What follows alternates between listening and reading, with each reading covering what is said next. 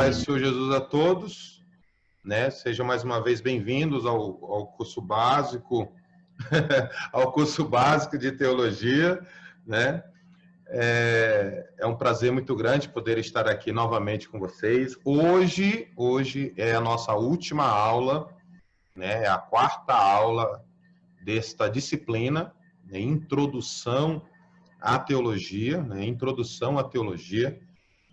Geralmente, introdução à teologia é a primeira disciplina, né, que nós costumamos a passar para os alunos, e é uma disciplina que vai nos trazer as bases, né, para a teologia, para aquilo mesmo que virá ainda, né, de forma mais sucinta, né, mais sólida, que é as disciplinas que ainda virão aí na frente, né? A próxima disciplina será Bibliologia 1, né? O primeiro módulo de Bibliologia.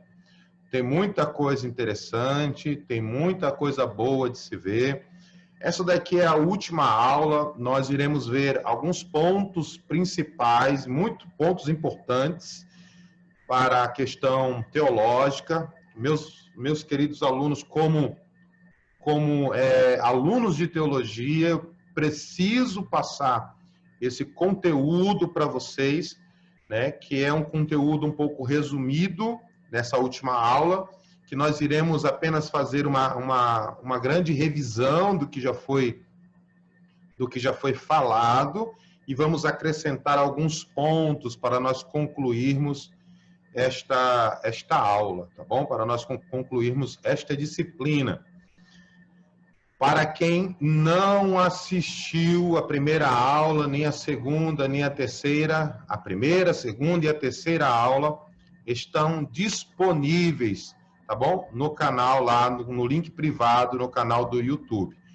É interessante que você guarde esses links com você, os links que eu mando lá no nosso grupo, para que você tenha acesso aos vídeos, tanto da primeira à terceira aula, estão já disponíveis no grupo. Se caso você perdeu ou limpou o histórico de conversa do nosso grupo, você pode solicitar o link, que eu vou lá e faço o link para você acessar novamente. Até aqui tudo bem? Deixa eu ouvir a voz de alguém me dizendo tudo bem. Tudo bem. Opa, obrigado, gente. É porque, de vez em quando, eu tenho que ouvir a voz de vocês para saber se eu estou ouvindo, né? Para saber se está tudo bem. Então, vamos lá. Olha, vou compartilhar aqui a tela. Vou compartilhar a tela com vocês. Só me confirme se vocês estão enxergando. Estão vendo? Sim. Tá ótimo. Muito bom. Então, vamos partir a partir daqui. Vamos voltar aqui um pouquinho. Vou fazer aqui um resumo com vocês, tá bom? Do que nós já vimos até hoje. E estou aqui para tirar dúvidas, estou aqui para esclarecer assuntos, estou aqui para ouvir a opinião dos nossos irmãos, tá bom? Sobre essa questão teológica, tá? Então, vamos parar aqui, né? Slide 68, mas nós vamos voltar aqui um pouquinho e fazer aqui um rápido panorama do que nós já vimos até hoje, né? Um rápido panorama do que nós já vimos até hoje, né? Então, nós vimos o quê? Que a teologia, ela é dividida em 4 áreas. Quais as áreas, professor? Teologia exegética, teologia histórica, teologia sistemática e teologia prática. São essas 4 áreas de suma importância para o nosso estudo teológico. São 4 áreas que precisamos aprender a identificar, separar e aplicá-la na nossa vida. Então, nós falamos sobre a teologia o modo teologia exegética, né? Que o que é, eu até coloquei hoje lá no grupo uma frase. Quem viu lá no grupo? Os irmãos viram lá no grupo, né? A frase que eu coloquei, aquela frase, eu achei ela no Facebook, tá? Eu achei ela no Facebook. Foi uma frase postada por um jovem pregador, né? E que eu ainda não chamei ele para a gente conversar. É até um grande amigo meu, eu não chamei ele ainda para conversar. E acabei me intertendo com as atividades da loja durante o dia e acabei passando batido, né? Deixando. Mas os irmãos viram lá que ali não tem muita coerência quando o assunto é teologia exegética. Porque o que é a exegese bíblica? É exatamente tirar do texto, né? Exegese bíblica é exatamente isso, é tirar do texto para fora e não pegar de fora para dentro. Os meus pensamentos não podem dizer para a Bíblia como deve ser. Pelo contrário, a Bíblia que tem que dizer para os meus pensamentos, para a minha mente, como é que tem que ser as coisas, né? Então, esta é a teologia exegética, uma das divisões da teologia, uma das áreas da teologia. A teologia histórica, que é exatamente estudar o contexto histórico, social da época. A teologia sistemática, que é botar em ordem, né? Todo o conhecimento que você obteve, ou todo o conhecimento que Deus deixou que o homem soubesse, que o homem conhecesse. Essa teologia, ela pega tudo isso e coloca em ordem, né? Temos a teologia prática. O que é a teologia prática? É a teologia que faz com que tudo isso que foi revelado, a teologia esta que faz com que tudo isso que foi compreendido passa a ser aplicado na nossa vida, me levando a uma vida de santidade, me levando a uma vida de regeneração, me levando a uma vida de edificação, me levando ao conhecimento, na educação e no serviço cristão, né? Então, é a teologia prática. Eu sempre comparo com a Bíblia de aplicação pessoal, né? Que é uma teologia prática. Ela traz o significado do versículo, mas, porém, ela ensina como aplicar aquela verdade na sua vida, né? Então, falamos sobre a revelação de Deus. Quais são as áreas da revelação de Deus, irmãos? A área da revelação geral, tá aqui, ó, revelação geral, e a revelação específica ou especial. O que são essas revelações? Quais as áreas que ela abrange? Bom, revelação geral é consciência, a natureza e a história de Israel. A consciência, porque Deus colocou um tribunal na mente humana. A natureza, porque é a criação de Deus, os céus, os planetas, a criação, né? Tudo que Deus fez, né? É a criação de Deus. É intitulado na nossa linguagem como a natureza. E a história de Israel. Quando olhamos para a história de Israel, vemos o quê? Um Deus que intervém na história, que guarda, que protege, que se manifesta. Um Deus que está disposto ao quê? A defender, guardar, livrar o seu povo. Então, ou seja, Deus se revelou e se revela até hoje na história de Israel. E dentro da revelação de Deus à humanidade, nós temos a revelação especial ou específica. Quais são? Através de Jesus Cristo, né? E a Bíblia Sagrada, que é a regra de fé e prática para as nossas vidas, né? Revelações específicas que Deus fez ao longo da história podem ser também aplicadas a Abraão, a Moisés, a Jacó, a Isaac, né? A homens que foram usados por Deus para trazer uma direção para a história, para dar continuidade ao projeto de Deus para a salvação da humanidade. Então, estas são as revelações, né? Revelação geral da consciência, natureza, na consciência, na natureza e na história. Revelação geral está aqui, especial está aqui, específica. Falamos sobre, lembra? Falamos sobre os termos, né? Os termos difíceis, aqueles termos complicados que nós nos deparamos na área da teologia, que é de suma importância eu aprender esses termos, porque tornam os meus estudos mais fáceis, tornam a minha compreensão do texto mais fácil. Quais são esses termos, professor? São teologia, a teofania, né? Epifania, antropomorfismo, antropopatia, imanência e transcendência. É apenas né? Poucos, em vista do que temos aí, né? Temos muitas palavras difíceis que ao longo do curso os irmãos vão aprendendo um pouquinho mais.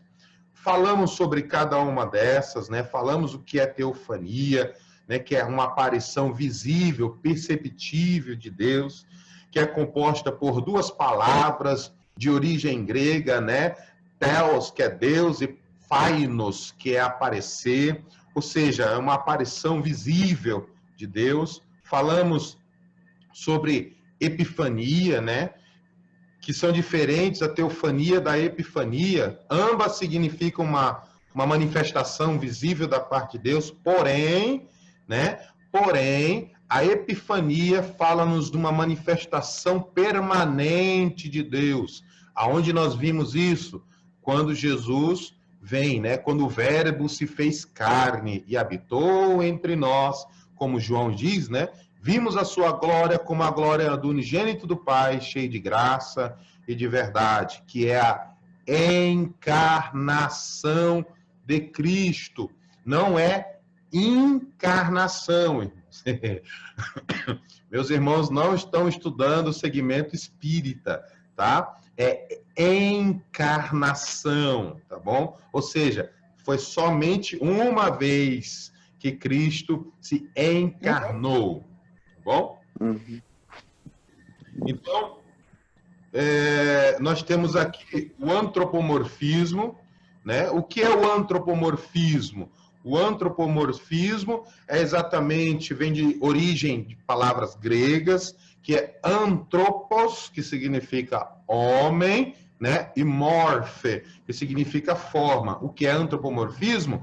É de forma humana. Numa linguagem mais simples, é o quê? Atribuir a Deus forma humana. Atribuir a Deus forma...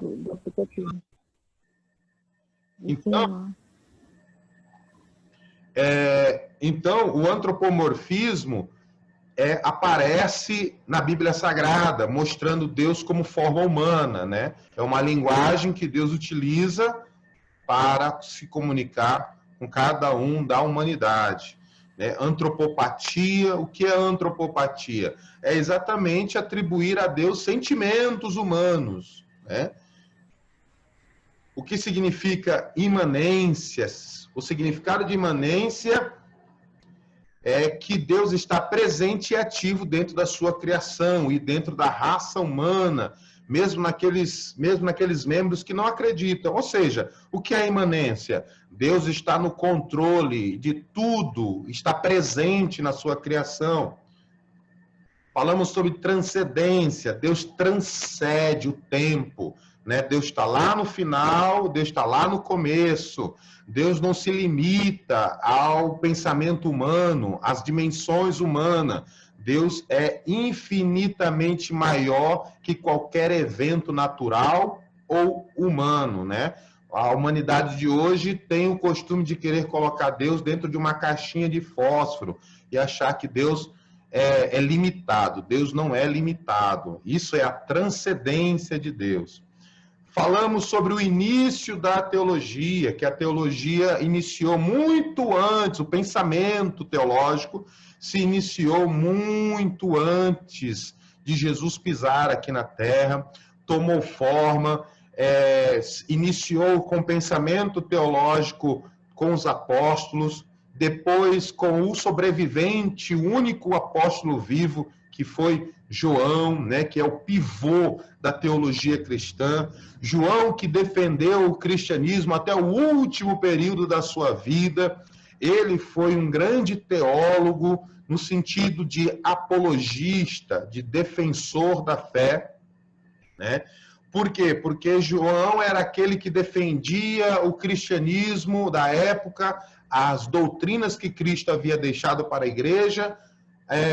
Contra quem? Ele defendia o cristianismo por quê? Porque naquele período o gnosticismo estava em alta, né? Quem era o líder do gnosticismo? Um homem chamado Cerinto. Cerinto era um homem que era um dos mestres do gnosticismo e ensinava controvérsias a respeito da natureza de Jesus, da humanidade de Jesus e da divindade de Jesus. João combateu, né? João combateu este homem ao longo da sua vida. Depois da morte de João, né, houve-se a necessidade dos mais próximos de João, os discípulos dos discípulos, e principalmente os discípulos de João, defenderem o princípio e o pensamento teológico. Daí que se formou, né? Daí que se formou exatamente o pensamento teológico, no sentido de quê? No sentido de estruturar as doutrinas e sistematizar as doutrinas. Por quê? Porque homens com um movimento como montanismo, né? Quem era montanismo? Quem era montano? Era exatamente um dos homens que alegavam ser possuídos pelo Espírito de Deus e por isso profetizavam, né? E que queriam acabar com o cristianismo e levantar uma nova religião. Então, oi, amor.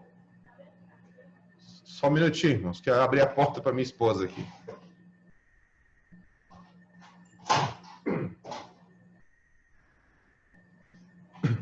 Então, a teologia foi de suma importância para a defesa do cristianismo nesse período, no período que o cristianismo estava sendo atacado por essas doutrinas.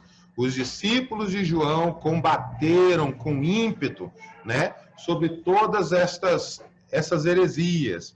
Ao longo do tempo, né, veio o Montano com a ideologia, né, do montanismo, né? Veio o filósofo pagão Celso, e todos eles querendo destruir as doutrinas do cristianismo.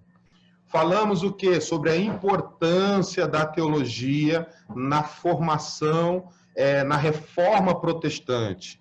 Como é que a teologia encontrou espaço na reforma protestante? E, na realidade, a reforma protestante só aconteceu porque alguém botou em prática o pensamento teológico. Quem foi este homem? Martinho Lutero. Obviamente, houve dois grandes homens, né? Dois grandes homens antes de Martinho Lutero, que começou a moldar o pensamento teológico e começou a dar início às questões da reforma. Mas Martinho Lutero, quem foi Martinho Lutero? Foi aquele que fixou as 95 teses, né, na porta lá do castelo, do império ali de Wittenberg, né? As 95 teses colocadas naquela porta, naquele mural, naquele local, era exatamente a argumentação de Martinho Lutero sobre sobre a questão da salvação mediante a fé. Por que Martinho Lutero chegou a este pensamento? Porque Martinho Lutero estava lendo a carta aos Romanos, e na carta aos Romanos descobriu o quê? Que o justo viverá da fé. Foi aí que ele formulou as 95 teses contra o quê? Contra as indulgências. O que eram as indulgências? Era exatamente o que era pago, né? Para se obter a salvação. Era para a Igreja Católica Romana da época, a salvação era meritória, era por mérito. E Martinho Lutero entendeu que salvação não era por mérito. Você poderia jejuar, você poderia orar, você poderia fazer tudo que a igreja determinava, mas a salvação não era por mérito. Salvação era pela graça e é pela graça de Deus. Então, Martinho Lutero fixou as 95 teses, e depois, logo de Martinho Lutero, surgiu um grande homem de Deus, Calvino, né? Com certeza, eu acho que os irmãos já ouviram falar, e depois do nosso estudo aqui, eu acredito que os irmãos pesquisaram um pouco mais sobre Calvino, né? Até porque nós vamos ainda estudar um pouquinho mais sobre Calvino mais para frente, quando estivermos falando sobre a história da igreja. Quem foi João Calvino? João Calvino foi um teólogo, líder religioso, escritor francês. Resumindo, ele é dono da sistematização da doutrina, das doutrinas de predestinação, a obra do sacrifício de Cristo é limitada, né? Ou seja, Jesus não morreu em prol de todos os homens, Jesus morreu só para os escolhidos, né? Para escolhidos quais? Escolhido para a salvação, né? Então, aqui está uma pequena partícula da obra de João Calvino, né? E depois, logo dele, surge esse homem chamado Jacob Armínio, né? Quem é Jacob Armínio? Foi um ministro reformado holandês e professor de teologia, né? Este homem, resumindo, este homem é exatamente o que sistematizou todas as doutrinas que nós hoje acreditamos, né? Por quê? Porque nós acreditamos no livre-arbítrio, nós acreditamos que que Jesus morreu para salvar todos os homens, como diz, né, na Bíblia Sagrada. Jesus morreu para salvar todos os homens. Deus quer que todos os homens cheguem ao pleno conhecimento da verdade. Então, este homem aqui, né, ele defendia exatamente esse princípio. Aí eu digo, 98% da confissão de fé das Assembleias de Deus, ou não só da Assembleia de Deus, mas dos segmentos pentecostais, estão voltados ao pensamento teológico desse homem aqui, né? Jacob Armínio, que sistematizou, colocou em ordem, né, esse pensamento e transmitiu para a sua geração. Então, nós vimos o que também? Nós vimos sobre a teologia sistemática. O que é teologia sistemática? São todas essas áreas que envolvem a teologia sistemática, doutrina de Deus, o estudo da pessoa de Jesus Cristo, o estudo da pessoa do Espírito Santo, o estudo do homem, o estudo do pecado, o estudo da salvação. Ó, aqui, ó, nesse estudo da salvação, aqui, ó, é o que exatamente nós podemos estudar mais sobre o pensamento de Armínio, né? Ao longo dos nossos estudos, nós vamos ter essa disciplina. Eclesiologia, que é o estudo da igreja, né? O estudo dos anjos e o estudo das últimas coisas, que é escatologia. O que é teologia sistemática? É exatamente o estudo de forma organizada, que é exatamente aqui, ó, nesta ordem aqui, tá vendo? Nesta ordem aqui. Então, teologia sistemática é o estudo sistematizado, organizado na revelação especial de Deus, né? Esta ciência, ela facilita a minha compreensão dessas doutrinas, né? Facilita a minha absorção dessas doutrinas. quando se fala de teologia, né, quem foi que inventou, né, esse nome? Quem foi que emprega, que falou, que trouxe essa ideia no meio da igreja cristã? Até então, não existia, né, essas questões. Existia somente o pensamento teológico, que é o quê? Teologia é o quê? É o estudo sobre as coisas de Deus. Então, mas no ano de 185, nasceu esse homem aqui por nome Origênesis, que morreu em 254 depois de Cristo. Ele foi o primeiro a empregar o termo no contexto cristão.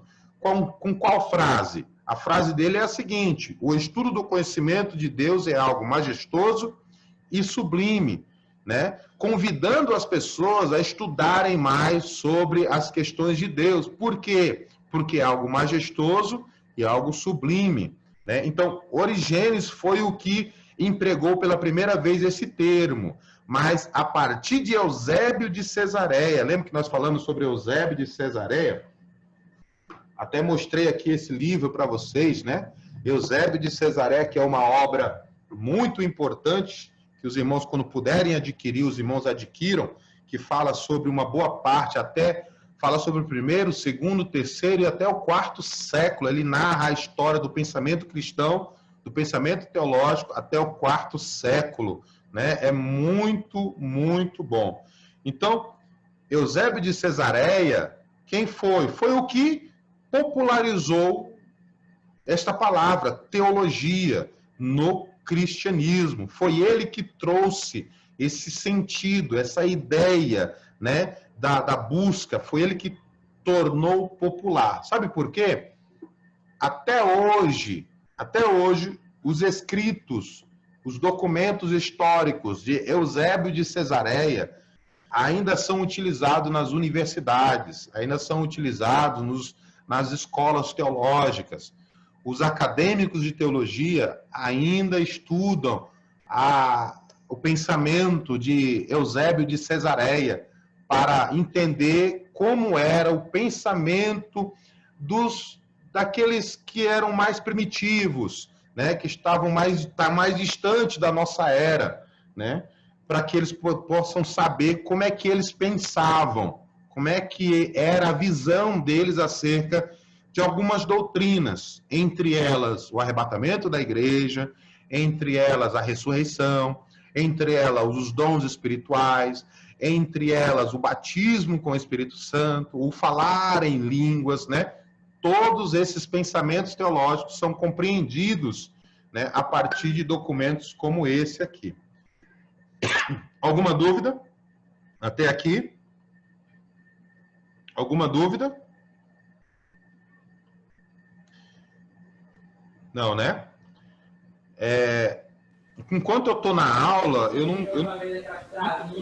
irmãos, eu não consigo responder o WhatsApp, tá? Enquanto eu estou na aula, eu não consigo responder o WhatsApp. Então, é porque o WhatsApp está aqui no computador, está no meu celular carregando. Então, eu não consigo responder. Tá bom? Então, entendido aí a questão de Eusébio, né, de Cesareia, avançando, falamos também o quê? Falamos que a teologia, a fé cristã tem sua base na Bíblia, por isso a teologia cristã é um estudo baseado na Bíblia. Logo, a teologia é a descoberta, a sistematização e a apresentação das verdades a respeito de Deus. Ou seja, o que é a teologia? Teologia tem como base qual é a base da teologia? É a Bíblia Sagrada. O que nós vamos fazer?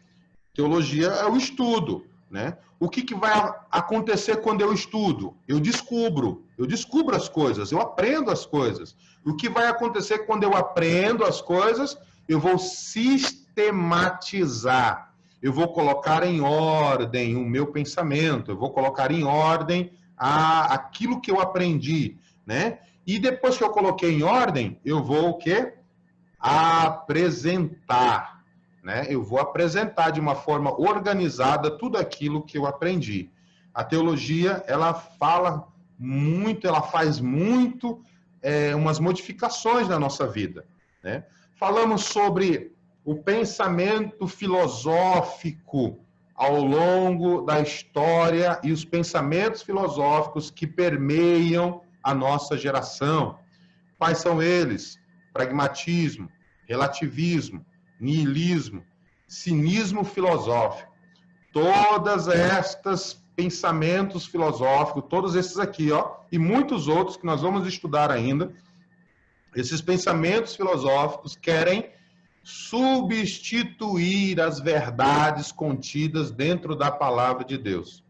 Querem substituir tudo que está dentro da palavra de Deus. Querem substituir exatamente aquilo que Deus deixou revelado ao homem. São pensamentos filosóficos que exercem influência dentro da nossa sociedade e sempre exerceram influência em toda a história, né? Então, falamos sobre cada um deles aqui. Falamos sobre o resultado do abandono da teologia, quando não nos preocupamos em estudar teologia, e quando abraçamos as filosofias que o mundo oferece, né? Deixamos de ter a Bíblia como autoridade, achamos que as verdades contidas na Bíblia são relativas, não acreditamos mais na infalibilidade das Escrituras, começamos a atribuir erros na inspiração divina, né? Não há erros na inspiração divina, mas há erros de tradução. Nós vamos ver mais isso. Eu acredito que nós iremos ver isso agora na nossa próxima disciplina de bibliologia, né? Então, o afastamento da teologia causa a substituição da doutrina por experiências pessoais. Eu até falei assim para os irmãos: nunca pegue uma experiência pessoal sua e faça dessa experiência uma doutrina.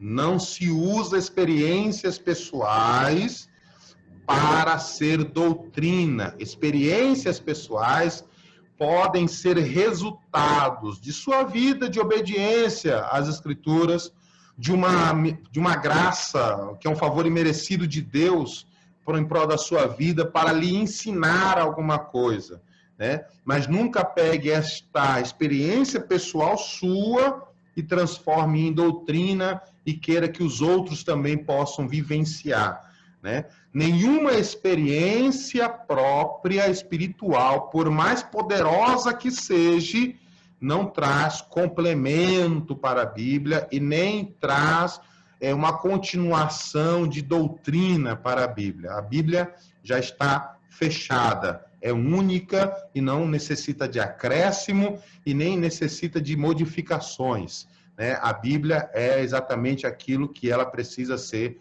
para as nossas vidas. Falamos sobre o pensamento da sociedade, né? Que o pensamento da sociedade é o quê? Baseada na filosofia que o mundo tem, o homem cria um Deus para ele, um Deus que está ali para servi-lo, um Deus que está ali como mordomo, um Deus que está ali como servo, né? Deus não é quem gostaríamos, né? Deus, criação do homem. Ou seja, o pensamento filosófico, o pensamento até mesmo ateu, diz que Deus não existe, e que Deus é algo que foi criado pela mente humana. Mas Deus nunca se preocupou em provar a sua existência. Deus sempre disse que ele estava lá desde o princípio, né? Como diz lá em Gênesis, no princípio criou Deus. Deus não se preocupou em provar que ele estava lá no princípio. Dizer, olha, eu surgi assim, né? Foi assim meu início, para depois eu criar o mundo. Não. Deus, no princípio criou Deus. Deus já existia. Deus já estava lá. Então, ele é o originador de todas as coisas. Então, Deus é quem ele é, né? Quando nós compreendemos quem Deus é, quando nós deixamos que a teologia sadia molde a nossa mente, transforme o nosso coração, então esta modificação torna o quê? Torna a minha visão diferente, eu passo a enxergar as coisas de um modo diferente. Falamos sobre as máximas da teologia, né? Que é a cosmovisão, que é a visão de mundo, que o mundo oferece traz um declínio sobre a vida do homem, mas que a cosmovisão bíblica, a visão reformada, a visão da Bíblia como ela é, né, estudando ela com raciocínio, com fé, com inteligência, nós encontramos as máximas. Quais são as máximas? Somente a fé, somente a Escritura, somente Cristo, somente a graça, somente glória a Deus, né? Que são as máximas da Bíblia Sagrada, são as máximas da teologia, que nós temos que ter estas máximas como pináculos para as nossas vidas. Falamos também sobre a importância de se estudar teologia, mas ter espiritualidade, né? Para que você não se torne um teólogo, vamos dizer assim, cabeça seca, um estudante que só tem letra, né? Falamos sobre o que é espiritualidade, falamos que todos nós temos essa espiritualidade. Falamos um pouco sobre espiritualidade e religião. Falamos sobre as diferenças, né, destas coisas. Falamos sobre... falamos um pouco o que é religião, né? Explicamos que religião vem do latim, que é religare, que é a ideia de aproximação novamente de Deus e o homem, de homem e Deus. Falamos o que é dogmas, que fazem parte da religião. Que são dogmas? É o ponto fundamental ou mais importante de uma doutrina religiosa, que se apresenta como algo indiscutível ou inquestionável. Falamos um pouco sobre a questão de ter fé, que não pode só ter religião, tem que ter fé. Não basta só ter fé, tem que ter espiritualidade. Ou seja, religião, fé e espiritualidade andam juntas. É o equilíbrio para se servir a Deus, né?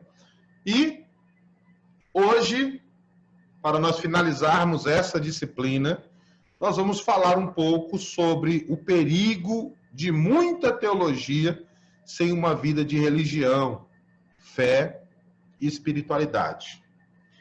Pergunto a vocês. Nós até agora fizemos um resumo de tudo quanto nós havíamos já visto, né? Fizemos um resumo de tudo, desde a primeira aula, e hoje é a quarta e última aula dessa disciplina. Os irmãos têm alguma dúvida do conteúdo que já foi falado, que já foi ensinado?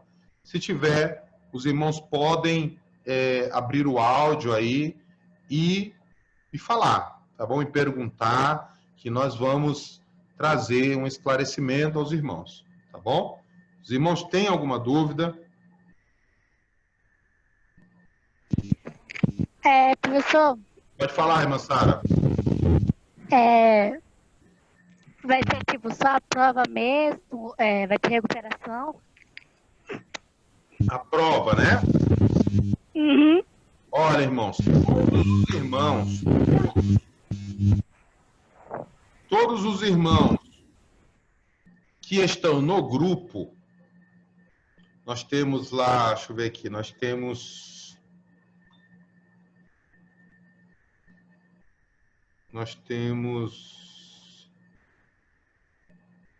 25, né?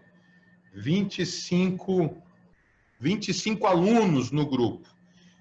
Alunos que assistem aula ao vivo, como esta, e alunos que não podem estar aqui, mas vão assistir às aulas que estarão disponíveis na plataforma do YouTube com aquele link particular.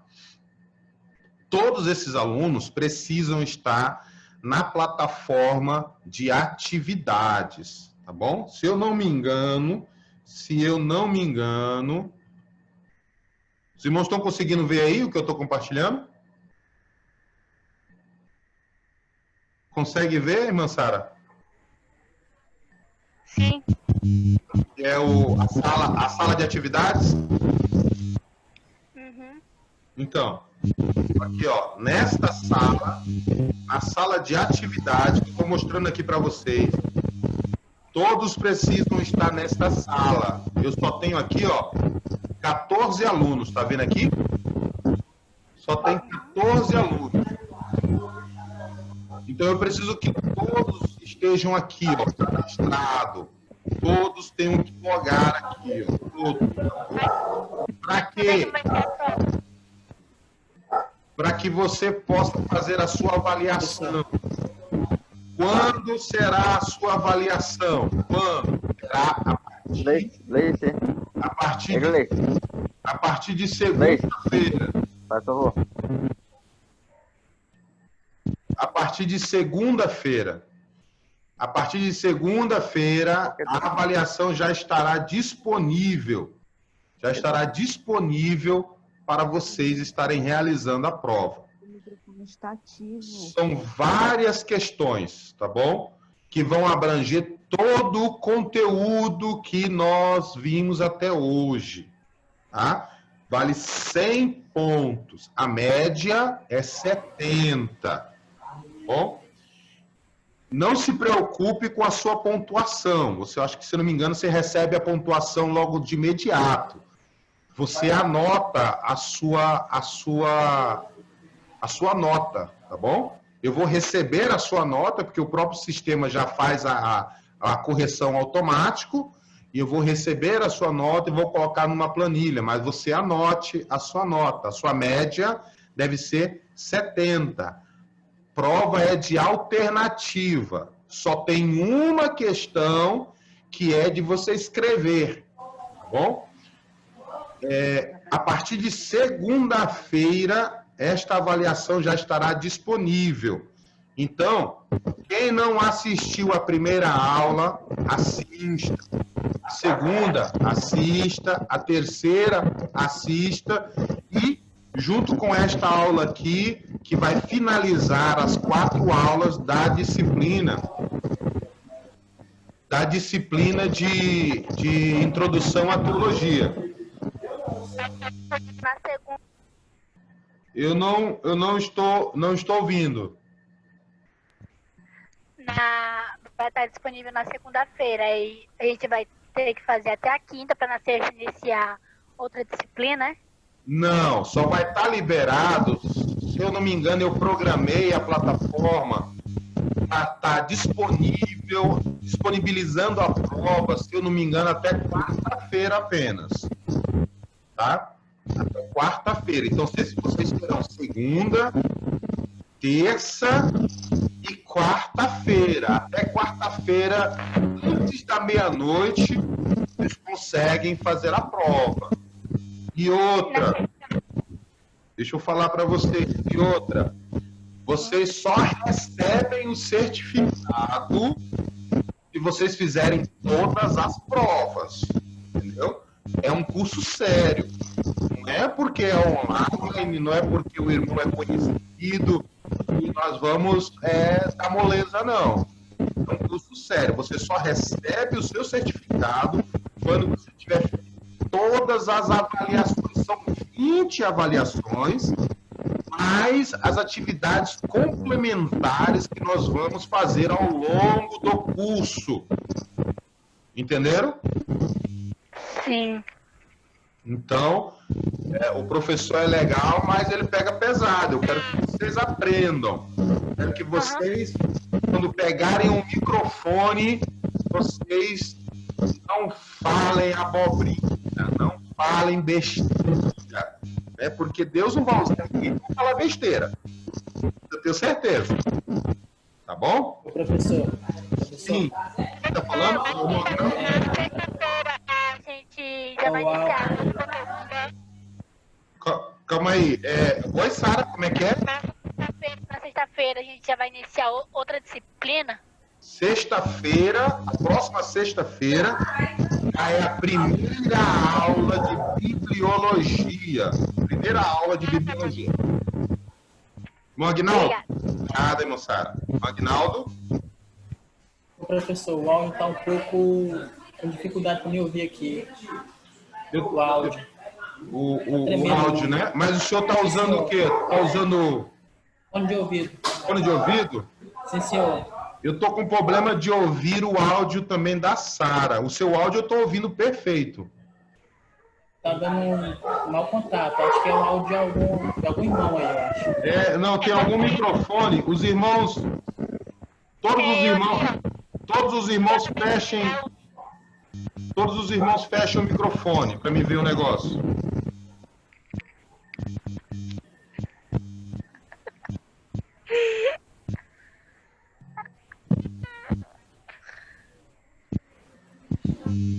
Porque tá dando uma falha no microfone. Eu acho que é a falha no seu microfone, Massara, que tá dando uma microfoniazinha. Na hora que eu liguei, porque eu tô na frente do ventilador aqui em casa, tá muito quente. Ah, tá, entendi. Então, isso, desativa o seu microfone, Sara. A maioria do tempo ele fica desligado, só quando eu vou falar mesmo. Ah, tá.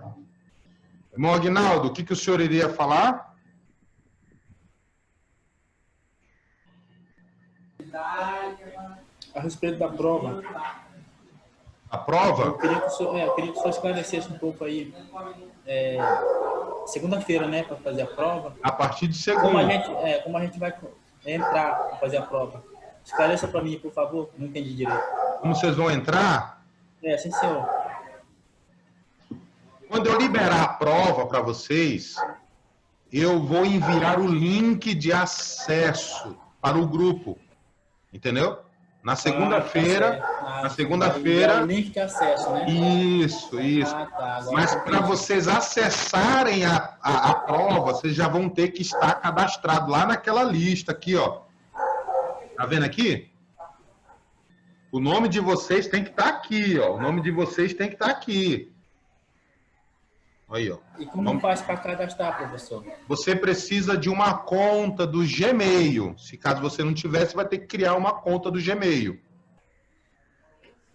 Eu tenho uma conta, sim. Tem, né? Então você vai logar. Eu vou mandar o link. No dia da prova eu vou mandar o link. Você vai clicar no link, vai logar com a sua conta do Gmail. Aí vai abrir a parte do grupo para vocês, da turma. Tá bom? Tá. E lá vai estar todas as informações para fazer a prova. Tá ok? Após fazer a prova, vocês clicam no botão enviar. Não esqueçam de clicar no botão enviar.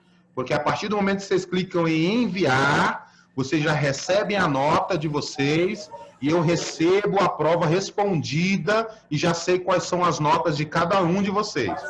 Tá bom? Tá bom, compreendido. Mais alguma dúvida? Pastor, tá dando para ouvir? Bom, Abreu, pode falar. Quando o senhor estava falando sobre a questão... Aliás, primeiro eu quero dar uma orientação aqui aos irmãos. Acho que alguns talvez não saibam ainda. Quando você estiver falando que você terminar sua pergunta, se o irmão desligar o microfone, vai melhorar o seu áudio para você ouvir e para o pastor também, tá? Então, só uma orientação. O Zoom é um aplicativo que eu já conheço e ele funciona mais ou menos assim. Ok, pastor. Quando você falava sobre Martinho Lutero, a Reforma, Wittenberg, você falou que antes do Lutero tiveram dois nomes que vieram antes dele, principais, que batalharam. Eu não vi o senhor falar os nomes deles. Eu sei que um deve ser o Santo Agostinho. Talvez. Agora eu não sei o outro. Eu gostaria que você citasse. Sim. Vamos lá. Deixa eu ajustar aqui. Aqui. Conseguem ver aqui? Conseguem ver? Sim. Pois é. Um dos que antecederam Martinho Lutero é este homem aqui, ó. Wycliffe.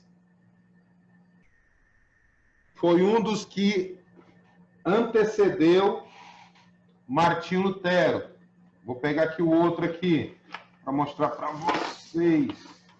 Cadê?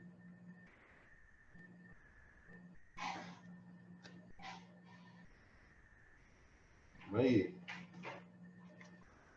Vou pegar o outro aqui para mostrar para vocês.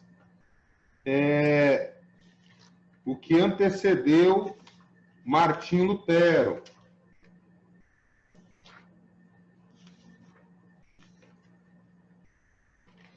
Um desses homens foi esse, o Wycliffe, que ele foi quem? Ele foi um homem que exatamente era um apologista. Quem ele era? Um homem que trazia exatamente quase que o mesmo pensamento de Martinho Lutero sobre a salvação. Só que eles não possuíram tanta força como Martinho Lutero possuía. Por quê? Porque Martinho Lutero, ele era professor, foi monge, né? Foi professor de teologia e ele era um homem de grande destaque no meio papal.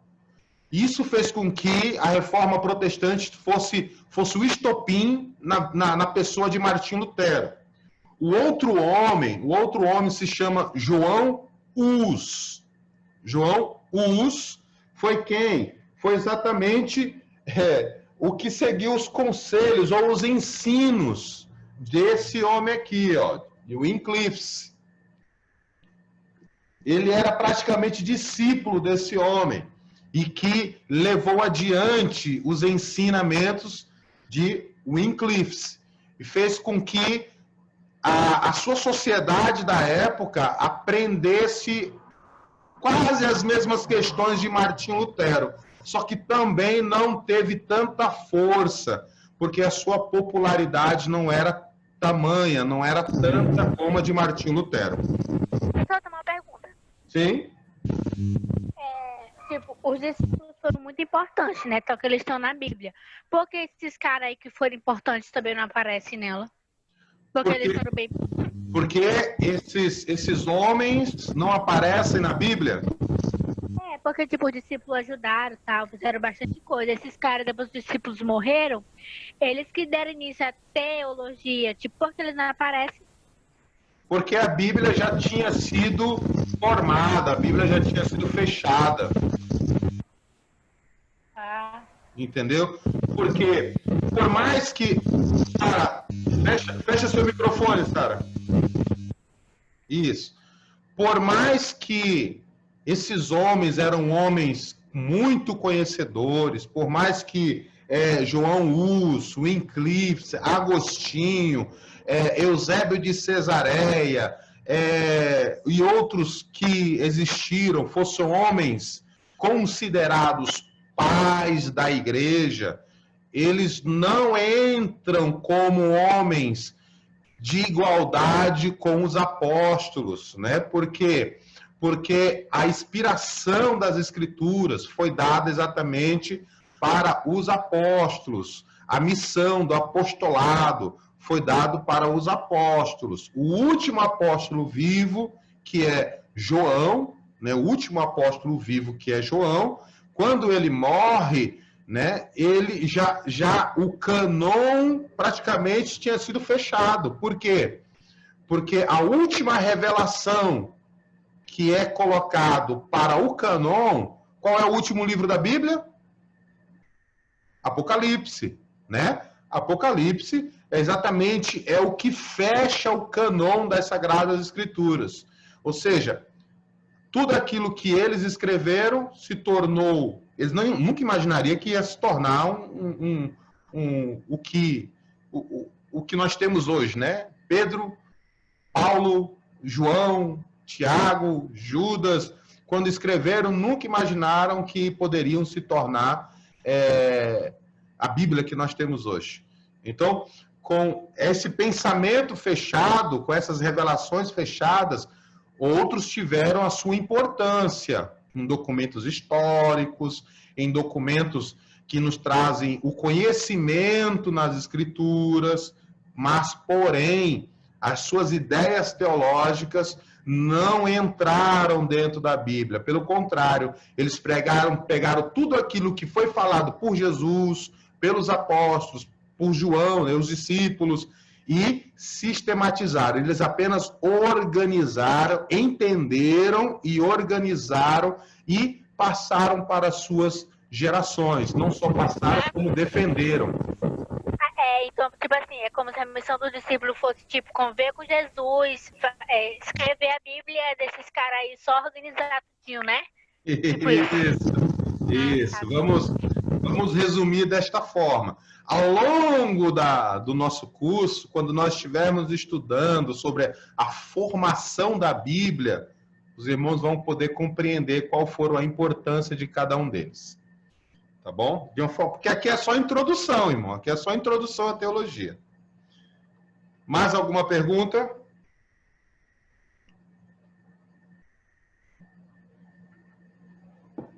Não, né? Eu não estou acompanhando o chat, tá, irmão? Se alguém mandou mensagem lá no chat, eu não consigo acompanhar o chat aqui. Eu só estou usando um monitor só. Então, nós vamos lá. Então, hoje, entendida a questão da prova e da plataforma de atividades? Ok? Podemos... Sim, senhor. Podemos começar, né? Podemos dar continuidade, né? Não esqueçam de desligar os microfones. Então, vamos lá. O perigo de muita teologia sem uma vida de religião, fé e espiritualidade. Pergunto aos irmãos.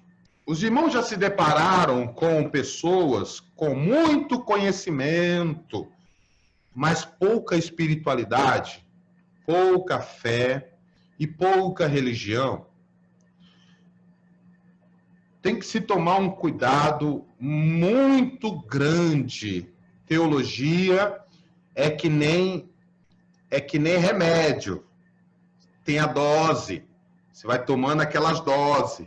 Se você passar daquela dose, pode acontecer alguma reação com você. Tem a dose certa, né? Isso não estou dizendo que a teologia é de forma limitada, mas existe a teologia benéfica e existe a teologia maléfica ou maligna, né? Por que eu digo isso? Oi, irmão Abreu? A dose e a overdose. Exatamente. Obrigado, irmão Abreu. Muito obrigado. É a dose e a overdose, né? Então temos que tomar cuidado. Pergunta aos irmãos. Satanás faz teologia? Ele tem um pensamento teológico? Podem responder, irmãos. O que os irmãos acham? Parece que ele tem Bíblia. Oi? Ele citou a Bíblia para Cristo, né? Citou lá, vai te atirar daqui abaixo, está escrito, se tu saltar, os teus irmãos vão cuidar de você, não vão deixar você tropeçar. Ele conhece. Ele conhece, exatamente. O que ele fez lá no Jardim do Éden? Ele não enganou Eva? Ele fez o homem cair e ferrar toda a humanidade. Exatamente, né? Ele fez o homem cair, ele fez o homem transgredir, né? Ele induziu o homem, induziu a mulher, enganou a mulher, né? Ele... Eu acho que o diabo conhece Deus até mais do que certos crentes, porque ele já viu Deus, já passou, acho que infinitos com Deus antes de ser expulso, conhece a Bíblia cabo a rabo, a história, tudinho, entendeu? Com certeza. Exatamente. Satanás, ele conhece muito mais do que qualquer ser humano as questões teológicas, né? Então, nós podemos ver isso quando ele distorce o que Deus havia dito para Adão e para Eva, fazendo com que Eva caísse no engano. Nós podemos ver que ele é muito conhecedor lá em Mateus capítulo 4, quando ele cita as escrituras para Jesus, mas com um sentido distorcido. O perigo de muita teologia, uma teologia maléfica, quando ela se torna uma teologia maléfica? Quando ela é sem vida. Vida no sentido religioso, vida no sentido de fé, vida no sentido de espiritualidade. Porque eu tenho que caminhar junto com estes itens, com estas coisas. Não é só pegar a Bíblia para ter o seu devocional na hora que você está indo para a igreja. Mas dos momentos que você está vivendo, separa um tempinho, medita em algum versículo da Bíblia, né? Alimente a sua alma. Isso se chama religião, se chama espiritualidade, e você está exercitando a sua fé. Teologia, qualquer pessoa pode fazer, irmãos. O católico, o espírita, o macumbeiro, o satanista, qualquer pessoa pode fazer teologia. Conhecimento, qualquer pessoa pode ter. Agora, a verdadeira espiritualidade, a verdadeira fé, a verdadeira religião, só quem realmente cultiva uma vida com Deus, né? Verdadeiramente cultiva uma vida com Deus. Se nós não tomarmos cuidado e queremos só abraçar a teologia sem temperá-la com a fé, a religião, a espiritualidade, eu corro esse risco aqui, ó. Eu corro o risco de me tornar um homem soberbo. Eu corro um risco de me tornar um homem insubmisso. Eu corro o risco de ser um homem que tem uma autoconfiança na pregação. Ah, não, aquele capítulo eu já sei de cor e salteado, né? Já sei de cor e salteado, eu não vou nem ler, eu não vou nem estudar, eu não vou pegar ali para meditar. Até porque é besteira, né, irmão? Porque a palavra se renova a cada dia, Deus se revela para cada um de uma forma diferente. Então, tipo, a gente é vivendo e aprendendo, né? Tipo, eu leio um versículo, eu entendo de uma forma, o senhor entende de outra. A gente compartilha o conhecimento, não ficar sendo, sei lá, vou nem falar. Exatamente. Então, o que nós não podemos de forma alguma separar esses itens. Quem me chamou? Aguinaldo, Pode falar, meu irmão. a respeito do que o senhor estava falando agora atrás, a espiritualidade também pode incluir o jejum, a oração, o culto doméstico, né? Isso é espiritualidade. Exatamente. Exatamente. Isso fazem parte de das questões religiosas, né?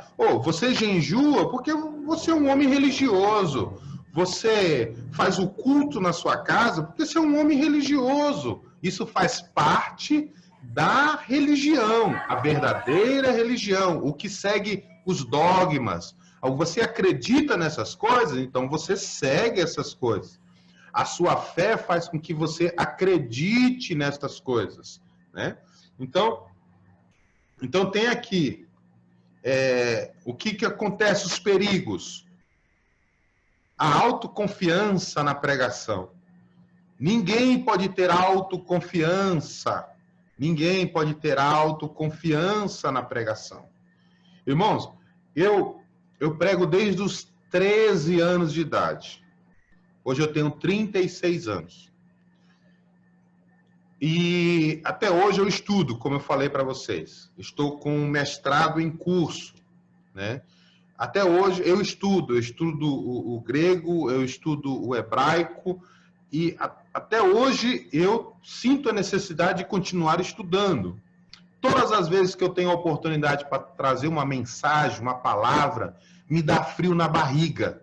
Eu tenho um medo, me dá aquela palpitação no coração, que é uma mistura de ansiedade, adrenalina, né? Eu nunca, graças a Deus, que eu nunca perdi esse medo. Eu posso estar habituado em falar em público, mas quando se trata de transmitir a palavra de Deus, me dá frio na barriga. E eu me sinto na dependência do Espírito Santo. Não é porque eu tenho conhecimento, não é porque ainda hoje eu continuo estudando, que eu não vou ligar para os estudos, eu não vou me preocupar em preparar um estudo, um sermão, para me pregar em determinado evento. Né? Professor, Sim. agora o senhor falou algo muito importante, porque também isso acontece comigo. Exatamente. Eu fui na barriga, a responsabilidade de pregar a palavra do Senhor. É isso mesmo, porque é uma responsabilidade muito grande. Por que que é uma responsabilidade grande? Por que que é uma responsabilidade grande? Porque não é a sua palavra, é a palavra de Deus. E quem está ali ouvindo, existem vários níveis de espiritualidade naquela plateia, naquele público. Existem pessoas mais maduras e existem pessoas que não são maduras, novos convertidos, que estão aprendendo as coisas. A besteira que você fala, ou que qualquer outra pessoa possa falar, pode definir se aquela pessoa será um crente saudável, que cresça de forma saudável, ou aquela pessoa pode se tornar uma pessoa rebeliada, revoltada com as coisas da igreja. Por quê? Porque ela está em fase de aperfeiçoamento. Existem pessoas mais maduras, existem pessoas que não são maduras. Como Paulo mesmo diz, né? Olha, vocês estão no leite. Eu queria dar comida sólida para vocês, mas vocês ainda estão no leite, né? Ou seja, tem que se tomar cuidado. Não é porque nós estudamos teologia que nós não temos a necessidade de estar na dependência do Espírito Santo. Então, a autoconfiança na pregação é um perigo. É um perigo. Nós temos que, por mais que tenhamos conhecimento, por mais que vocês estão fazendo curso de teologia, sejam sempre dependentes do Espírito de Deus. Nunca acreditem no vosso conhecimento. Deus utiliza aquilo que vocês sabem e aquilo que vocês aprenderam. Mas isso não é tudo. O Espírito Santo é quem nos dá a palavra. Então, pode ser o diploma que for. Eu posso pendurar o meu diploma aqui de bacharel em teologia. Vou concluir o meu mestrado, eu posso fixar na parede o meu mestrado, eu posso colocar lá especialista nas línguas hebraica e na língua grega, cultura judaica, literatura judaica. E isso não ser suficiente se eu perder a minha dependência do Espírito Santo. Então, é nossa última aula que eu reservei para trazer esse conhecimento, até mesmo de confronto para vocês, para que vocês saibam que a teologia ela é apenas algo que vai fazer com que vocês estejam com um machado mais afiado. Mas a força para se cortar a árvore ou para se fazer a obra não vem de vocês, vem do Senhor, vem do Espírito de Deus. Vem do Senhor. É Deus quem nos capacita, é Deus quem nos usa. Somos apenas um instrumento. E estamos estudando sim. Então significa o quê? Nós estamos amolando esse instrumento para cortar melhor. Então, os perigos, a soberba, a insubmissão, não é porque você vai estudar teologia que você vai ter um conhecimento até mesmo um pouco maior do que o do seu pastor, e você não vai querer mais ser submisso ao seu pastor. Né? O meu pastor não tem tanto tempo de estudo teológico. Né? Eu me deparo com alguns erros que ele comete em termos de pregação, mas eu quero ser uma pessoa submissa e eu quero respeitar a sua liderança.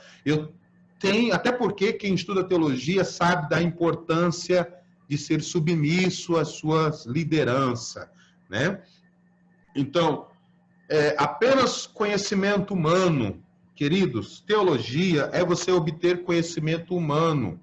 é você saber o que se passou na história, é você saber o significado de uma palavra em hebraico, em grego, é você entender o pensamento filosófico da época, os costumes da época. Isso é conhecimento humano, isso é conhecimento que a história nos proporciona. Só que não posso ter só conhecimento humano.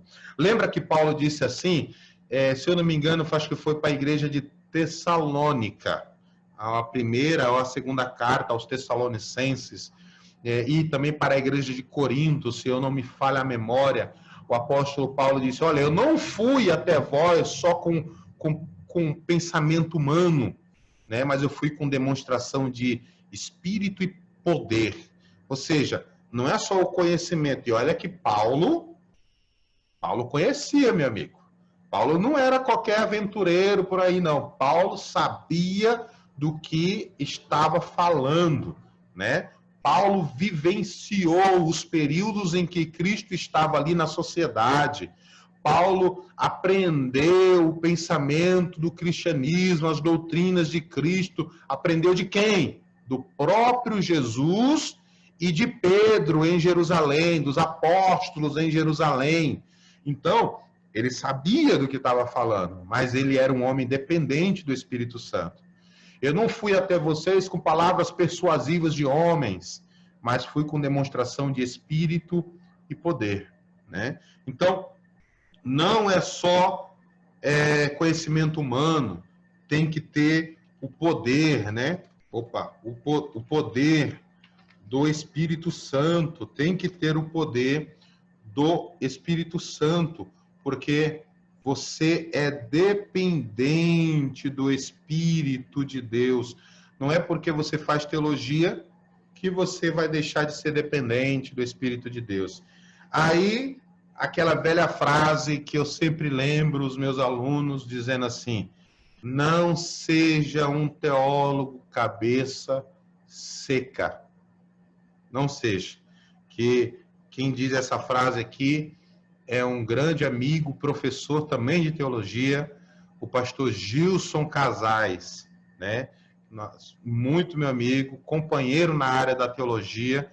Gilson Casais sempre diz isso, não seja um teólogo cabeça seca, tenha sempre o óleo da unção sobre a sua cabeça.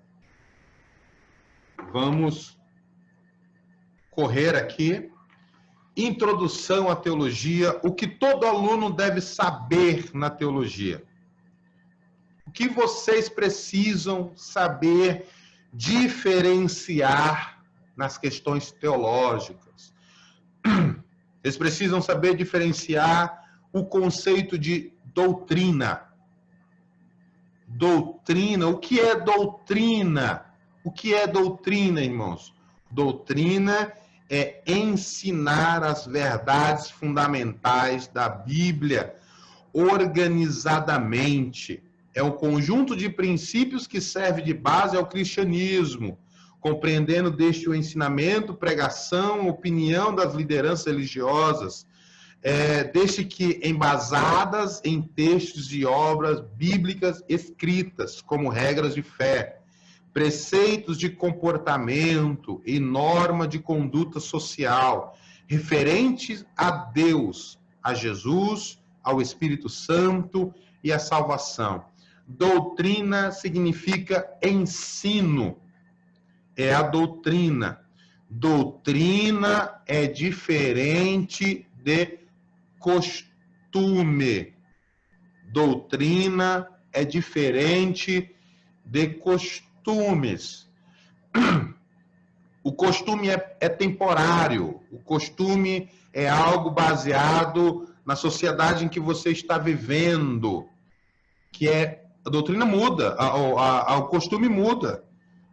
O que era antigamente era pecado assistir televisão. Por quê? Porque era um costume. Hoje todo mundo tem televisão em casa. Deixou de ser pecado.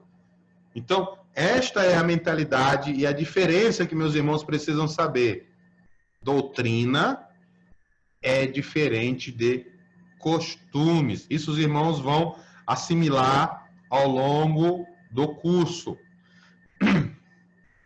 Conceito de doutrina no Antigo Testamento tem a mesma perspectiva, que é ensinamento, ensino, percepção, capacidade de persuasão, palavra proveniente de Iarkersh, né? Que significa tomar, pegar, buscar, seguir, apanhar, receber, adquirir, comprar, trazer, casar, tomar por esposa, né? Arrebatar, tirar, carregar embora, tomar em casamento.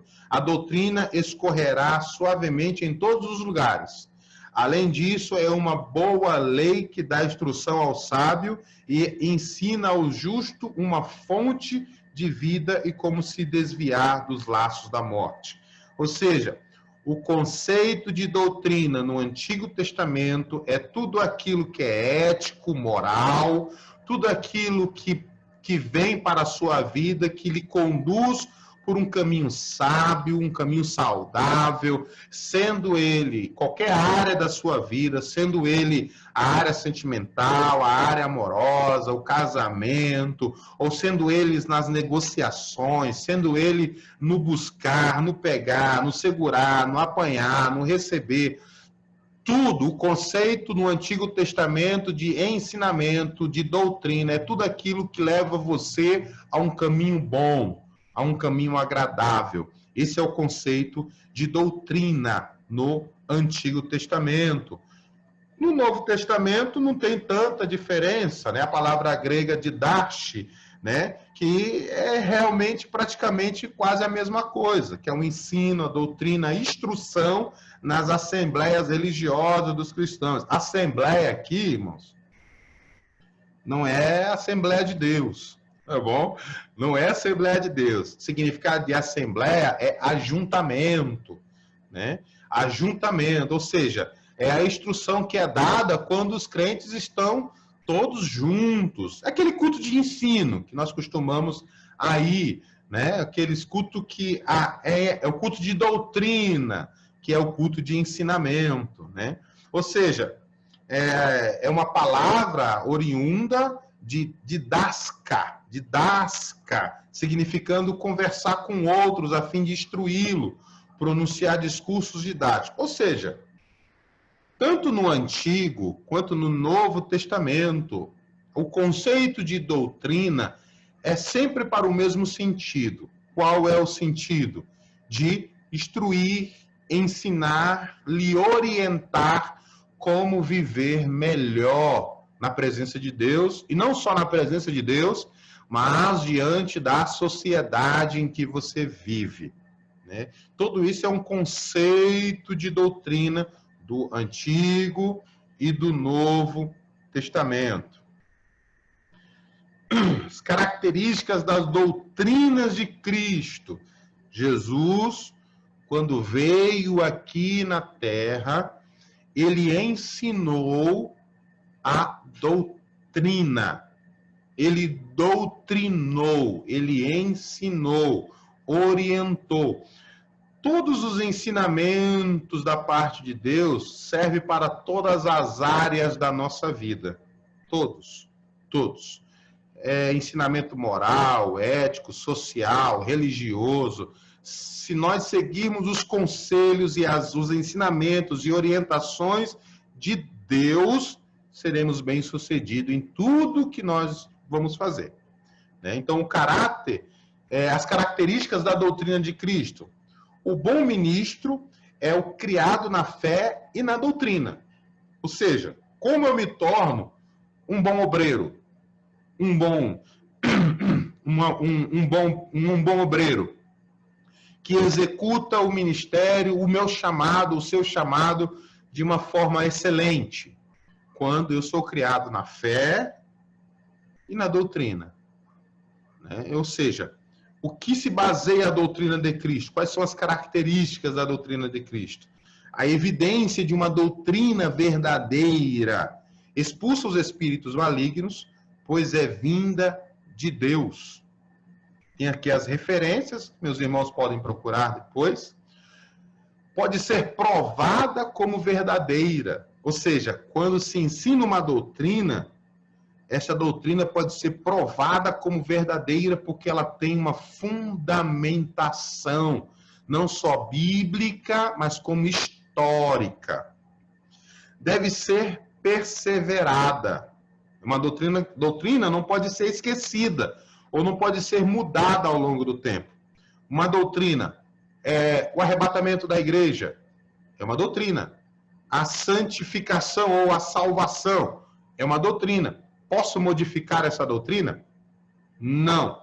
Elas são os dogmas, que é indiscutível, é imodificado. Você pode até conversar sobre, mas não pode serem mudadas. Por quê? Porque elas devem ser perseveradas, deve ser obedecida de coração. Tudo aquilo que Cristo, tudo aquilo que Deus, na pessoa de Cristo, ou Deus no Antigo Testamento, estabeleceu para que o homem pudesse obedecer, deve ser obedecido de coração. Deus não força ninguém a fazer nada. Deus quer que as pessoas o sirvam, mas sirvam de coração, né? Tem mesmo valor que a revelação, a ciência, a profecia, a interpretação de línguas. Todas as doutrinas de Cristo que Deus estabeleceu para o seu povo têm a mesma importância ou o mesmo valor, né? Ciência, profecia, interpretação de línguas são dons espirituais que também podem ser caracterizados uma doutrina. São dons espirituais. E que as doutrinas ética, moral, religiosa estão de igualdade. Têm a mesma importância do que o ensino dessas ciências, dessas experiências, né, dentro da ciência, da profecia e da interpretação de línguas. Temos que cuidar dela para a nossa salvação. Os costumes não podem nos levar à salvação, mas elas são evidências, muitos dos costumes são evidências de uma pessoa que caminha doutrinariamente, mas não são as costumes que nos levam à salvação. E eu posso muito bem está vivenciando as doutrinas de Cristo com fé. Se eu vivencio, eu tenho fé. Se eu tenho fé, eu estou acreditando no sacrifício de Cristo. Esse meu acreditar leva-me a uma vida de obediência. E automaticamente a graça de Deus é manifestada, trazendo salvação a todos os homens. Aquele que crê, aquele que vivencia, aquele que faz isso por amor, por carinho, por dedicação, porque quer servir a Deus verdadeiramente. Indica modo de vida na fé. A doutrina praticada mostra que o indivíduo tem vida e tem fé, porque ninguém vai praticar a doutrina sem ter fé, né? Eu pratico a santificação, a obediência, porque creio que aquilo ali é o certo a ser feito. Convence contradizentes. Quando se ensina as doutrinas da Bíblia, que Cristo estabeleceu, que Deus deu aos homens, aqueles que geralmente distorcem a palavra de Deus, são convencidos pela palavra de Deus, são convencidos pelo Espírito Santo que as doutrinas são verdadeiras, né? Deve ter a incorrupção, a seriedade e sinceridade, levando à perfeição em Cristo. A prática das doutrinas levam à perfeição em Cristo, ou, como Paulo mesmo diz, né, até chegar à estatura de um varão perfeito. Erros ao se estudar a teologia. Erros ao se estudar a teologia. Vocês nunca podem cometer esses erros quando vocês estiverem estudando a Bíblia Sagrada, estiverem estudando teologia, que é estudar a Bíblia, né? Qual é o primeiro erro que vocês têm que evitar? Ler a Bíblia sem nenhuma concentração. Nunca pegue a Bíblia para ler sem concentração. Evite as distrações. Uma coisa que distrai muito é o celular. Evite. O silêncio é fundamental para uma boa leitura e concentração. Eu acho muito difícil você conseguir ler, se concentrar, entender o que você está lendo num ambiente, como diz, não sei se é no Maranhão que diz assim, mas em São Paulo a gente diz assim, zoadento, né? Meio zoadento, dificilmente, né? O ambiente precisa ser preparado. Então, para que você tenha concentração, você tem que evitar as distrações, você tem que ter um local reservado e preparado para o seu bom estudo da Bíblia Sagrada. Avançando, o segundo erro que você não pode cometer. Ler a Bíblia sem diferenciar a linguagem literal da figurada. Na Bíblia, existe uma enxurrada de palavras figuradas e literal. Com quem me chamou? Agnaldo. Irmão Agnaldo. O senhor pode voltar lá, por favor? Estou fazendo uma anotação, rapidinho. Qual? Aqui? Nessa aqui? Sim, senhor. Sim, senhor. Rapidinho. Ok. Então, os irmãos têm que saber diferenciar, né? Temos que saber diferenciar o que é uma palavra literal, o que é uma palavra figurada. Para isso, nós temos que estudar um pouquinho das figuras de linguagem. Eu posso passar, irmão Aguinaldo? Sim, senhor. Nós temos que estudar um pouquinho das figuras de linguagem, né? Por quê? Porque esse é um dos principais erros que as pessoas cometem. Não saber interpretar as figuras de linguagem que a Bíblia utiliza. Lembrando que eu falei para vocês que Deus se utiliza de linguagem humana para falar com os homens. Para falar com os homens. Deus, ele não vai falar uma linguagem que você não consiga compreender. Tudo que Deus se utilizou de conhecimento, matéria, princípios humanos, para que o homem pudesse compreender a sua vontade. Esse é um dos principais erros. Ele pode comprometer toda a compreensão do texto. A Bíblia está recheada de figuras de linguagem. E se você não as identificar, correrá o risco de entender tudo errado. Uma figura de linguagem compreendida errado, você interpreta o texto todinho errado e vai falar besteira em cima do púlpito. Então temos que tomar cuidado. Vamos ver aqui alguns exemplos. Isso aqui nós estudamos na escola. Com certeza o irmão Abreu compreende muito bem aí, né, irmão Abreu? É letras, né, irmão Abreu? Letras que o senhor faz aí na Faculdade Federal? Letras. E com certeza a gente vê esse tipo de assunto, né? Sobre figuras de linguagem. Oi? Você tá todo... Ah, meu Deus do céu. No curso médio de teologia, nós temos o português instrumental 1 e 2, né, que fala exatamente de toda a questão da estrutura do português, adjetivo, verbo, e assim vai, figuras de linguagem. Quais são as figuras de linguagem que nós encontramos na Bíblia Sagrada? A metáfora. É quando se faz uma comparação implícita, sem o uso da conjunção como.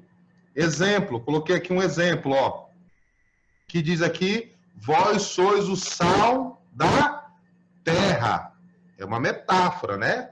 Terra, né? Os irmãos do manto, né? Gostam muito dessa frase, né? Terra, né? Vós sois o sal da terra. Com o uso da conjunção como, ficaria assim: vós sois como o sal da terra. Uma comparação. Mas aqui, vós sois o sal da terra. É uma metáfora, né? É um recurso linguístico para descrever uma realidade usando o termo comum. Os discípulos eram como a luz, ambos iluminavam o mundo. Parábola, acho que parábola é o mais fácil, né? Parábola, o que é a parábola? Trata-se de uma narrativa alegórica, uma figurada. De um modo mais simples, é assim: Deus utiliza de coisas do cotidiano para explicar uma verdade espiritual. Era o que exatamente Jesus fazia. Jesus usava a imagem da ovelha, que era comum da sua época. Jesus usava a linguagem do pastor, do lobo, do mercenário. Jesus usava a linguagem da porta, da água, né? Para se referir e para mostrar uma realidade espiritual. Então, esta é a parábola. Temos hipérbole, é quando se diz algo de forma exagerada. Você vai encontrar exageros na Bíblia Sagrada. Não podemos interpretar isso de forma literal, né? A fim de dar ênfase ao que está sendo dito. Um exemplo: quando 10 dos espias israelitas apresentaram um relatório na incursão da Canaã, na excursão, né, a Canaã, que escrevi errado, disseram: as cidades são grandes e fortificadas até aos céus. Não é uma linguagem exagerada, não é um exagero em dizer: olha, as cidades são tão grandes e são tão fortificadas, são tão fortes que elas atingem o céu, né? Então, significa dizer que as cidades eram muito fortes. Tem um outro também que nós encontramos muito em Salmos: faço nado todos os dias a minha cama com as minhas lágrimas. Ou seja, o salmista dizendo que ele chora muito todas as noites. Isso é uma hipérbole, um exagero. Não podemos interpretar de forma literal. O muito falado, né? Se o teu olho direito se te escandaliza, arranca. Né? Se tua mão direita escandaliza, arranca. Né? Teve um dos pais da igreja que ele era tão zeloso que ele interpretou isso de forma literal e ele mesmo se castrou, porque ele queria ser eunuco. Né? Então ele disse que ele tinha que ser eunuco. Então ele foi lá e se castrou. Né? Nós vamos estudar sobre isso na história da igreja. Então, nós encontramos diversos exageros na Bíblia Sagrada, que tem que ser interpretado como figuras de linguagem. Antropomorfismo, nós falamos aí o que significa, né?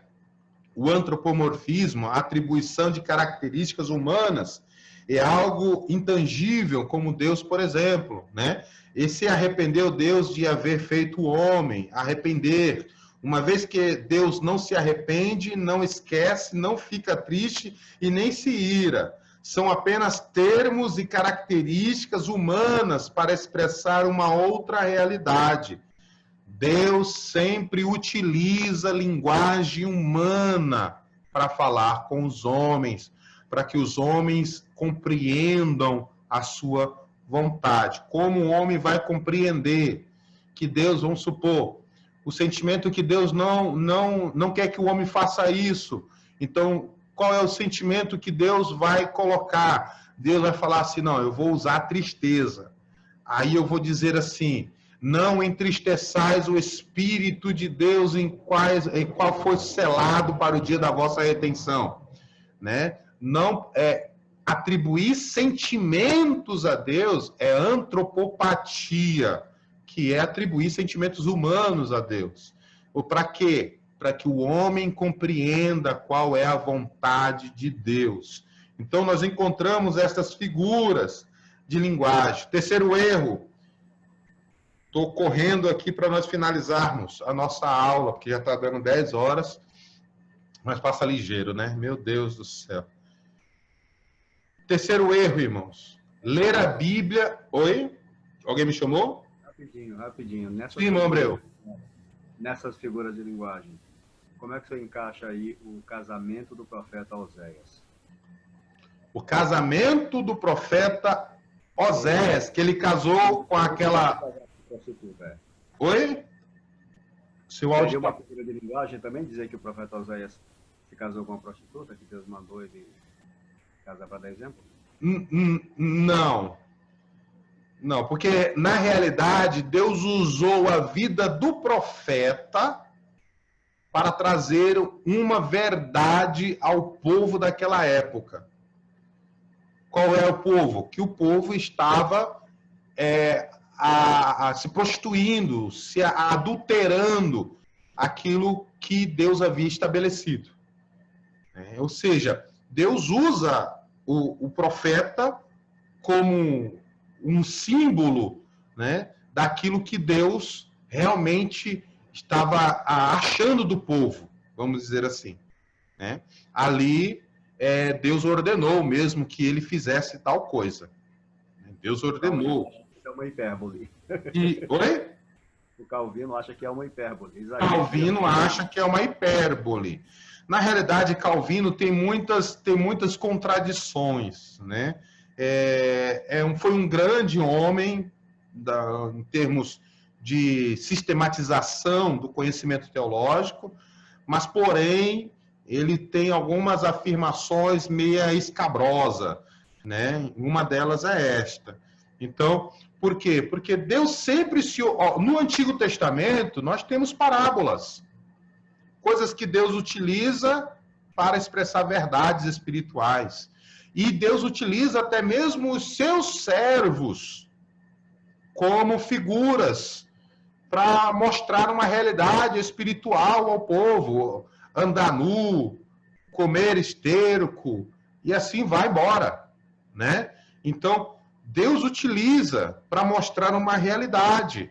Não é porque o profeta andou nu, não é porque o profeta comeu esterco, que nós vamos ter que comer também, né? Foi para aquele tempo, né? Para aquele momento.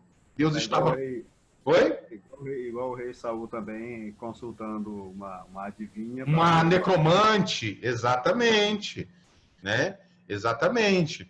Então, são figuras que nós vamos identificando, são ações que nós vamos identificando, e temos que saber diferenciar o que é literal e o que é figura de linguagem. Né? Terceiro erro, ler a Bíblia aleatoriamente, sem contexto. Queridos, quando nós estudamos teologia, nós aprendemos a planejar a nossa leitura. Você não lê sem objetivo, você lê com objetivo.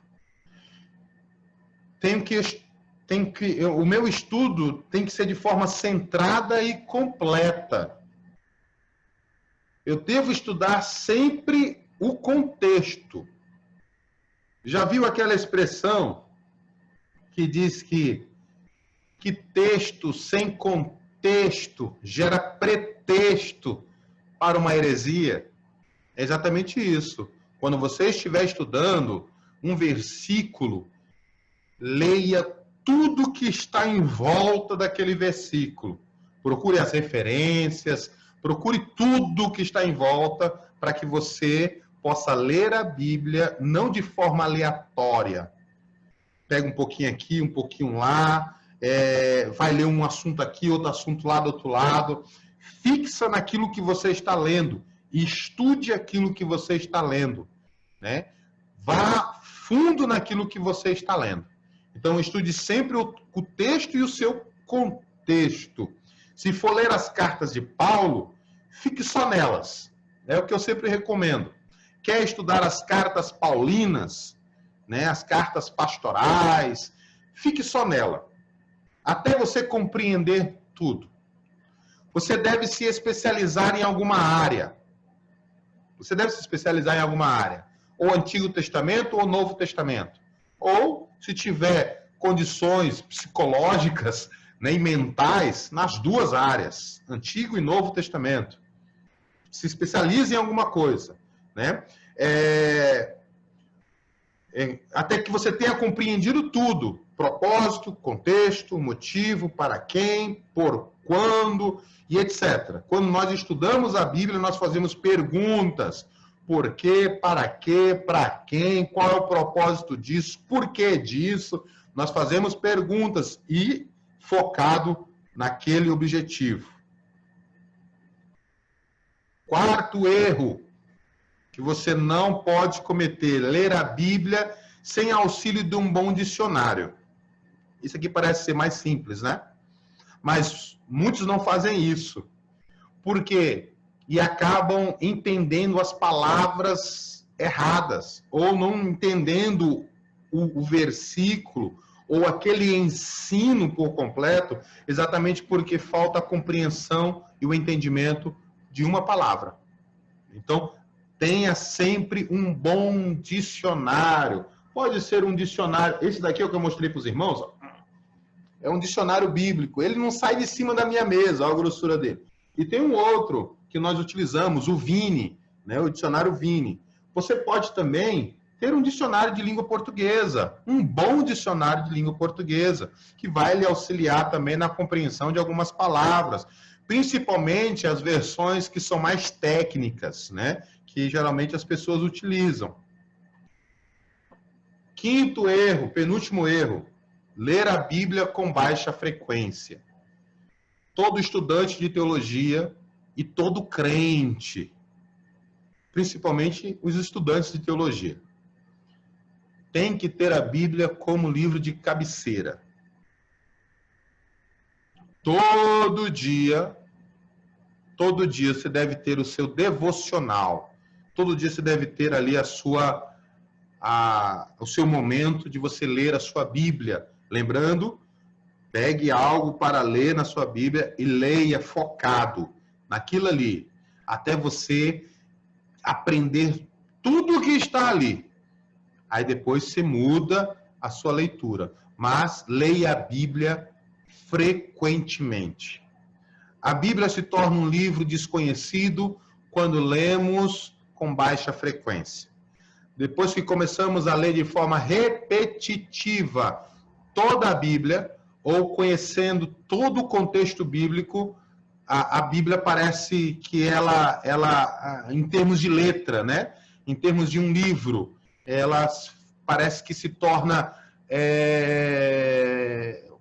um livro que você acaba aprendendo, sabendo onde é que está cada passagem, aquilo tudo cabe dentro da sua mente, né? Enquanto você não sabe, é que nem assim, é que nem eu pegar aqui, ó. Alguém sabe o que tem escrito dentro desse livro?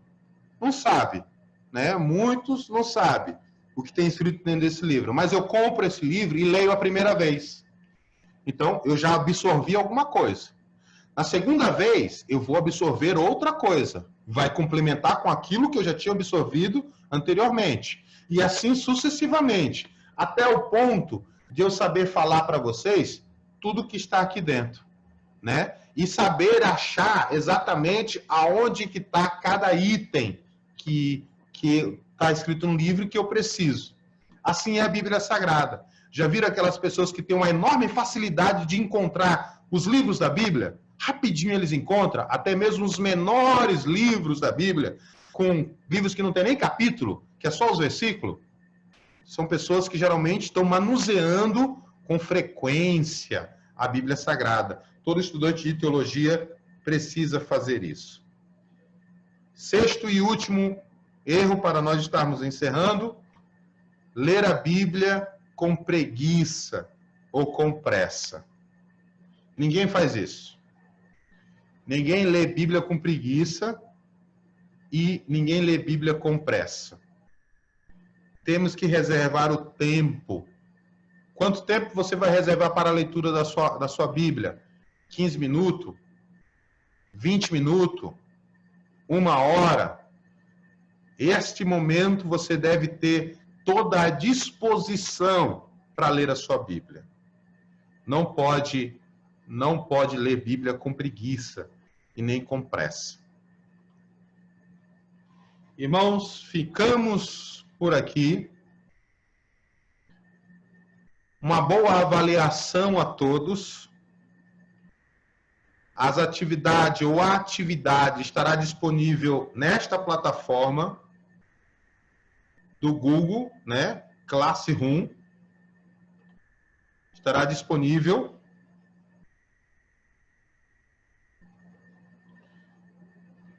Os irmãos fazem o login lá na plataforma. Se precisar, eu mando o link novamente. Se não me engano, está lá no grupo, né, o link. Eu mando ele novamente.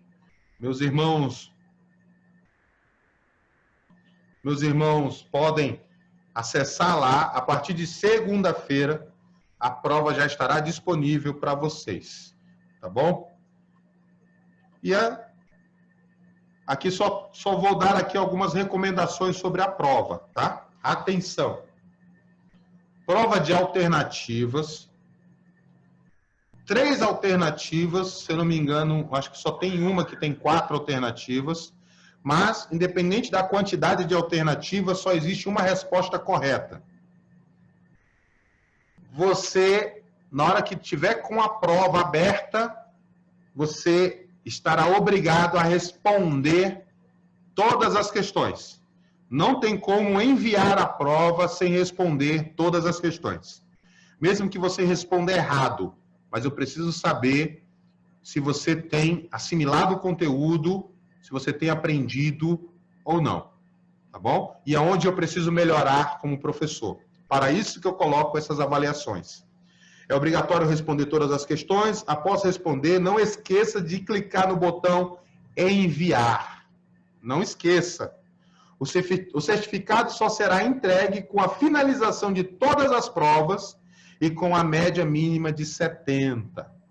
Se você tiver dificuldade em alguma disciplina, nós vamos bater na tecla até você aprender. Porque você não pode terminar esse curso sem aprender alguma disciplina. Tá ok, irmãos? Posso ouvir um amém de vocês? Amém. Amém. Oi, irmão Zaqueu. Essa prova, pastor Igor, ela vai ser individual para cada um? Provas diferentes? Individual. Quando eu liberar o link, cada um, quando clicar no link, vai para a sua prova individual, tá? Ou seja, eu acho que eu tenho alunos que estão fazendo junto com a esposa, né? Estão assistindo aula juntos. Mas na hora da prova, tem que ser a prova de um e a prova do outro. Porque os nomes que estão aqui, ó, que tem 14 alunos, ó. Tá faltando mais aluno. Então, os nomes que estão aqui são os nomes que vão aparecer para mim quando as provas estiver respondida. Então, o nome de todos os alunos precisam estar aqui. Tá ok? Entendido? Entendido, pastor. Então, queridos, ficamos por aqui. Oi? Nós vamos responder alguma questão com áudio, não, né? Não. Por enquanto, a única prova, a única atividade será uma atividade avaliativa dessa primeira disciplina. Ao longo do curso, nós vamos fazer algumas atividades complementares. Quando terminar o curso, os irmãos vão estar atingindo aproximadamente 1.600, 1.500 horas, mais ou menos, de curso. Tá bom? Exatamente por causa dessas atividades complementares. Que vai somar pontos para vocês também. Tá ok? Esta foi a nossa primeira disciplina, Introdução à Teologia. Eu quero agradecer a todos que fazem parte desse grupo. Agradecer a todos que estão comigo até aqui. Tá? Alguns vão assistir a aula gravada, mas deixando bem claro que todos têm acesso diretamente comigo. Estou aqui para procurar ensinar os irmãos, fazer com que os irmãos aprendam, entendam, compreendam, absorvam e que se tornem cada dia mais crentes melhores na pregação, no louvor, no serviço cristão, no serviço na igreja, na ajuda lá do seu pastor, no conhecimento bíblico, saiba defender a sua fé. O meu objetivo é esse, tá bom? E esta turma se fecha e encerra hoje. Não entra mais ninguém nesta turma. Vai ser aberto novas turmas, uma outra turma, mas nessa turma aqui, somente quem está aqui. Tá bom, queridos? Posso ouvir um amém de vocês? Amém. Amém? Maravilha, que bom. Queridos, foi um prazer estar até aqui com vocês. Passamos um pouquinho do horário, a nossa última aula dessa disciplina. Precisava fazer esses pequenos comentários, tá bom? Então, que Deus abençoe, que Deus vos guarde, que Deus continue lhe dando força, graça, ânimo a cada dia, que a bênção de Deus repouse sobre a vida de vocês a cada dia. Estarei disponível no grupo, estarei disponível para tirar dúvidas, ou lá no grupo, ou no privado, os irmãos têm acesso comigo. Lembrando aos irmãos, rapidinho aqui, para nós finalizarmos, tá? Deixa eu pegar aqui o livro. Que o livro aqui, ó, que foi indicado, está esgotado em todas as livrarias que nós procuramos. Todas as livrarias que nós costumamos comprar com preço acessível. Está disponível num preço muito alto, como eu coloquei lá no grupo. Então, eu acho que não valeria a pena os irmãos adquirirem por enquanto. Mas, para que a gente possa acompanhar, eu disponibilizo o livro impresso para os irmãos poderem acompanhar. Porque o conteúdo das próximas aulas será tirado daqui e explicado no slide. Tá bom? Então, os irmãos que quiserem, pode conversar comigo. Nós fazemos um preço bem abaixo do preço do mercado para vocês. A não ser que os irmãos consigam adquirir esse livro em outro local que podem lhe auxiliar. Não é obrigatório, tá bom? Assim como também a impressão do PDF também não é obrigatório. Os irmãos vejam como adquirirem os seus materiais de consulta, tá bom? Professor, Que Deus abençoe. Oi. como é o nome do livro? O título do livro? As grandes doutrinas da Bíblia. Raimundo de Oliveira, tá? É o escritor. Tá Raimundo de Oliveira, editora CPAD. Editora CPAD. Amém. Ok? Então, que Deus abençoe a todos. Até a próxima aula, uma boa prova. E estamos à disposição de vocês, tá ok? Shalom, Adonai, Hulei Traot. A paz do Senhor e até breve. Deus abençoe. Ficamos por aqui. Amém, queridos? Até mais.